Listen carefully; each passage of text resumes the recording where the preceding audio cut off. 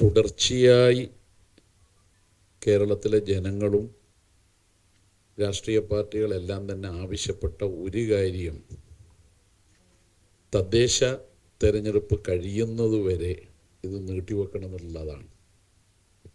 അക്കാര്യത്തിൽ BJPയുടെ പ്രതിനിധിയായി അന്ന് പങ്കെടുത്തിരുന്ന അദ്ദേഹം കൂടി, സുരേഷ് കൂടി യോജിച്ചിരുന്നു.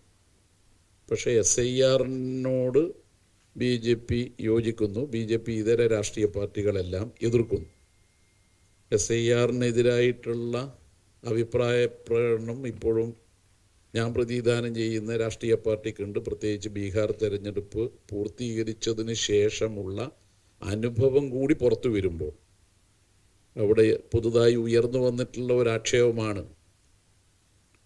3 ലക്ഷം വോട്ടർമാർ അധികം വോട്ട് ചെയ്തു എന്നുള്ളത്. അപ്പോൾ SIR എന്ന് പറയുന്നത് അന്ന് ഉയർന്നു വന്ന ആക്ഷേപം പൗരത്വ രജിസ്റ്റർ തയ്യാറാക്കുന്നതിനുള്ള ഒരു മാർഗമായിട്ടാണ് SIRനെ കേന്ദ്ര ഇലക്ഷൻ കമ്മീഷൻ കേന്ദ്ര ഗവൺമെൻറ്റിൻ്റെ നിർദ്ദേശത്തിന് വിധേയമായി വഴങ്ങിക്കൊണ്ട് ചെയ്തത് എന്ന ആക്ഷേപമാണ് ഉയർന്നു വന്നത്. ഇപ്പോൾ പുതുതായി ഉയർന്നു വന്ന ഒരു പ്രശ്നം, ബീഹാർ തെരഞ്ഞെടുപ്പിന് ശേഷം ബീഹാറിൽ മുൻ MP അവിടെയും വോട്ട് ചെയ്തു, 2 മാസം മുമ്പ് ഡൽഹിയിലും വോട്ട് ചെയ്തു. അതൊരു ജനപ്രതിനിധി ആയിരുന്നയാൾ ചെയ്ത കാര്യമാണ്. അപ്പോൾ അങ്ങനെ വരുമ്പോൾ എത്രമാത്രം വ്യാജ വോട്ടർമാർ SIRൻ്റെ ഭാഗമായി കയറി കൂടിയിട്ടുണ്ടാവും. അപ്പോൾ ഒരു ഭാഗത്തെ യഥാർത്ഥ വോട്ടർമാരെ പട്ടികയിൽ നിന്ന് നീക്കം ചെയ്യുന്നു, 65 ലക്ഷത്തോളം. മറുഭാഗത്ത് അനർഹരായ ആൾ വോട്ടർ പട്ടികയിൽ ഇരട്ട വോട്ടുള്ളവർ തന്നെ കയറി കൂടുന്നു. അപ്പോൾ SIRനോട് വിയോജിപ്പ് രേഖപ്പെടുത്തിക്കൊണ്ട് തന്നെ SIR ഇവിടെ നടപ്പാക്കാൻ പോകുന്ന സമയത്ത് ഒരു കാര്യം COനോട് പറഞ്ഞത്, അത് എന്തായാലും ഇലക്ഷൻ കമ്മീഷനിൽ നിന്ന് വാങ്ങി എടുക്കേണ്ടതാണ്. അതെല്ലാവരും യോജിക്കുന്നുണ്ട്. തദ്ദേശ തെരഞ്ഞെടുപ്പ് കഴിയുന്നവരെ, ഇനിയിപ്പം വ്യക്തമായി ഡിസംബർ 11-നാണ് തെരഞ്ഞെടുപ്പ് പൂർത്തീകരിക്കുന്നത്.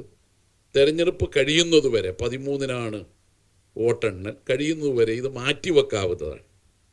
ഇപ്പോൾ നിങ്ങളൊരു കണക്ക് ഇവിടെ തന്നു, അതിൻ്റെ ഇവിടെ പരിശോധിച്ച് നോക്കുമ്പോൾ 84%-ലധികം ഫോറം വിതരണം ചെയ്തു. അത് അടിവരയിടുന്നു, ഫോറം മാത്രമാണ് വിതരണം ചെയ്തത്. നവംബർ 4-ന് ആരംഭിച്ച ഫോറം വിതരണം, ഫോറം എടുത്ത് വീട്ടിൽ കൊണ്ടുപോയി കൊടുക്കൽ, അത് എളുപ്പത്തിൽ ചെയ്തു തീർക്കാവുന്ന ഒരു കാര്യമാണ്. എന്നാൽ ആ ഫോറം പൂരിപ്പിച്ച് എത്ര നമുക്ക് തിരിച്ചു കിട്ടി, അതിൻ്റെ കണക്ക് ഇപ്പോഴും പറയാൻ കഴിഞ്ഞിട്ടില്ല. നവംബർ 4 കഴിഞ്ഞിട്ട് ഇപ്പോൾ 2 ആഴ്ചയോളമായി. ഫോറം പൂരിപ്പിച്ച് തരാൻ അത്ര എളുപ്പമല്ല. ഞാൻ ആ ഫോറം പൂർണ്ണമായി നോക്കിയ ആളാണ്. ഞാൻ തന്നെ പൂരിപ്പിക്കാൻ ഒരുപാട് പണിപ്പെട്ടിട്ടുണ്ട്, എനിക്ക് കൊടുക്കാൻ കഴിഞ്ഞിട്ടില്ല. എൻ്റെ ഭാര്യനെ ഏൽപ്പിച്ചിട്ടാണ് ഞാൻ ഇങ്ങോട്ട് വന്നത്. അപ്പോൾ ആ ഫോറത്തിൻ്റെ ഒരവസ്ഥ ഞാൻ പറയാം. ആദ്യത്തെ കുറച്ച് ചോദ്യങ്ങളുണ്ട്. ആ ചോദ്യങ്ങളിൽ വലിയ തർക്കമൊന്നും വരാനടിയില്ല. ആ ചോദ്യങ്ങൾക്ക് ശേഷം 2ആയി തിരിച്ചുകൊണ്ട് SIRൻ്റെ വോട്ടർ പട്ടികയിൽ ഉൾപ്പെട്ട പേരുകളുടെ വിശദാംശങ്ങൾ, തീർച്ചയായും BLAമാർക്ക് അത് കൊടുത്ത് പൂർത്തീകരിച്ചിട്ടില്ല.